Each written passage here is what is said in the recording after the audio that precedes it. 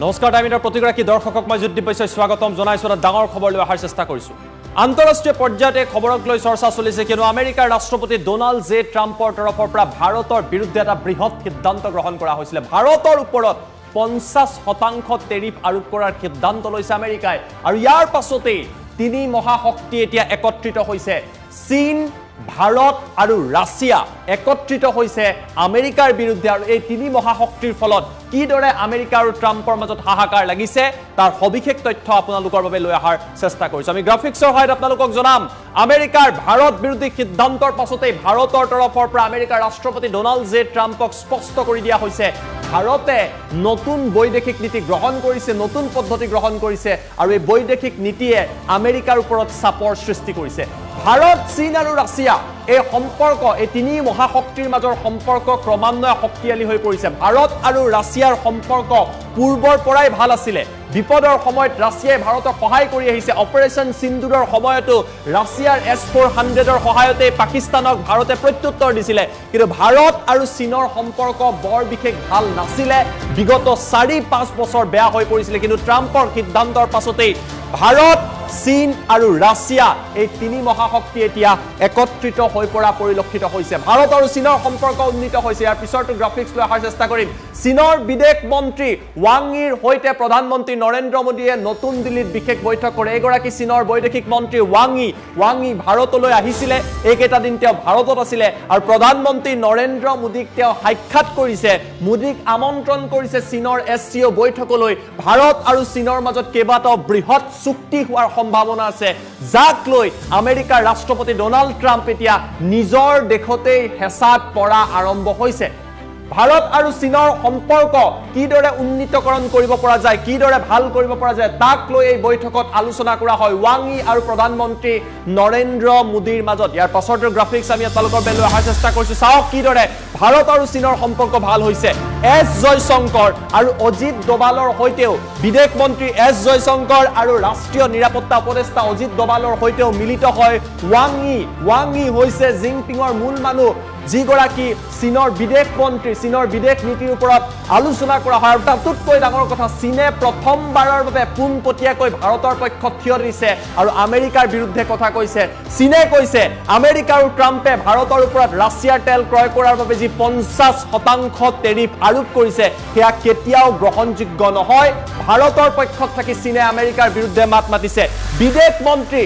S জয়শংকৰে সাক্ষাৎ কৰাৰ পাছতে S জয়শংকৰ মস্কোত গৈ উপস্থিত হয় ৱাং ইক সাক্ষাৎ কৰাৰ পিছত সমগ্ৰ প্ৰক্ৰিয়াটো বুজক প্ৰথমতে চীনৰ বিদেশ মন্ত্ৰীক সাক্ষাৎ কৰিছে ইয়াৰ পাছত মস্কোত গৈ S জয়শংকৰ উপস্থিত হৈছে ৰাছিয়াৰ বিদেশ মন্ত্ৰী লেভৰভৰ হৈতে বৈঠকত মিলিত হৈছে আৰু ৰাছিয়াৰ ৰাষ্ট্ৰপতি ভ্লাদিমিৰ পুটিনৰ হৈতেও কালি ভাৰতৰ বিদেশ মন্ত্ৰীয়ে বৈঠকত মিলিত হোৱা পৰিলক্ষিত হৈছে ইয়াৰ পাছৰটো গ্ৰাফিক্স দেখুৱাইছো লেভৰভ হৈছে ৰাছিয়াৰ বিদেশ মন্ত্ৰী আৰু S জয়শংকৰ হৈছে ভাৰতৰ বিদেশ মন্ত্ৰীৰ লগতে ৰাছিয়াৰ ৰাষ্ট্ৰপতি পুটিনৰ হৈতেও S জয়শংকৰ মিলিত হয় দীঘলীয়া আলোচনা কৰা পৰিলক্ষিত হয় আমেৰিকাই কৈছিল ৰাছিয়াৰ পৰা তেল ক্ৰয় নকৰিব আমি 50% টেৰিফ আৰোপ কৰিম ভাৰতে ক'লে যে ভাৰতে ৰাছিয়াৰ হৈতে ভাল সম্পৰ্ক কৰিব স্পষ্ট বাৰ্তা দিছে পুটিন ভাৰতলৈ আহিছে আমন্ত্ৰণ জনোৱা হৈছে 31 আগষ্টৰ পৰা 1 ছেপ্টেম্বৰলৈ চীনত গৈ উপস্থিত হ'ব প্ৰধানমন্ত্ৰী নৰেন্দ্ৰ মোদী যি SCO বৈঠক আছে সেই SCO বৈঠকৰ বাবে নৰেন্দ্ৰ মোদীয়ে চীনলৈ যাত্ৰা কৰিব যি গালবানত যি ঘটনা সংঘটিত হৈছিল তাৰ পাছত ভাৰত চীনৰ সম্পৰ্ক বেয়া হৈছিল কিন্তু এতিয়া ক্ৰমান্বয়ে ভাল হৈ পৰা পৰিলক্ষিত হৈছে SCO সামিটত চীনৰ ৰাষ্ট্ৰপতি জিনপিঙৰ হৈতে বৈঠকত মিলিত হ'ব প্ৰধানমন্ত্ৰী নৰেন্দ্ৰ মোদী ভাৰত আৰু চীনৰ সম্পৰ্ক এতিয়া আমেৰিকাৰ বাবে ক্ৰমান্বয়ে ভাল হৈ পৰা পৰিলক্ষিত হৈছে যেটো ট্ৰাম্পে কল্পনা কৰা নাছিল আমেৰিকাই কল্পনা কৰা নাছিল যাৰ বাবে এতিয়া হলঠিকত পৰিছে এই বৈঠকত উপস্থিত থাকিব ৰাছিয়াৰ ৰাষ্ট্ৰপতি ভ্লাদিমিৰ পুটিনো এই বৈঠকত উপস্থিত থাকিব অৰ্থাৎ এই বৈঠকত তিনিখন দেশৰ তিনিগৰাকী শক্তিশালী নেতা পুটিন নৰেন্দ্ৰ মোদী আৰু জিনপিং উপস্থিত থাকিব ৰাছিয়া চীন আৰু ভাৰত একত্ৰিত হ'ব SCO বৈঠকত আৰু কিছুদিনৰ পিছতে ভাৰতলৈ আহিব ৰাছিয়াৰ ৰাষ্ট্ৰপতি ভ্লাদিমিৰ পুটিন আৰু সেই কথা পুটিনক আমন্ত্ৰণ জনাবলৈ ভাৰতলৈ কালি S জয়শংকৰে নিজে গৈ উপস্থিত হৈ সাক্ষাৎ কৰিছে ৰাছিয়াৰ ৰাষ্ট্ৰপতিক আমেৰিকাই ভাৰতক হেঁচাত ৰখাৰ বাবে 50% টেৰিফ আৰোপ কৰিছিল কৈছে ৰাছিয়াৰ পৰা তেল ক্ৰয় কৰিছে তাৰ বাবে আমি ভাৰতৰ ওপৰত চেংচন লগাইছো, ভাৰতৰ ওপৰত আমি বাধা দিছো,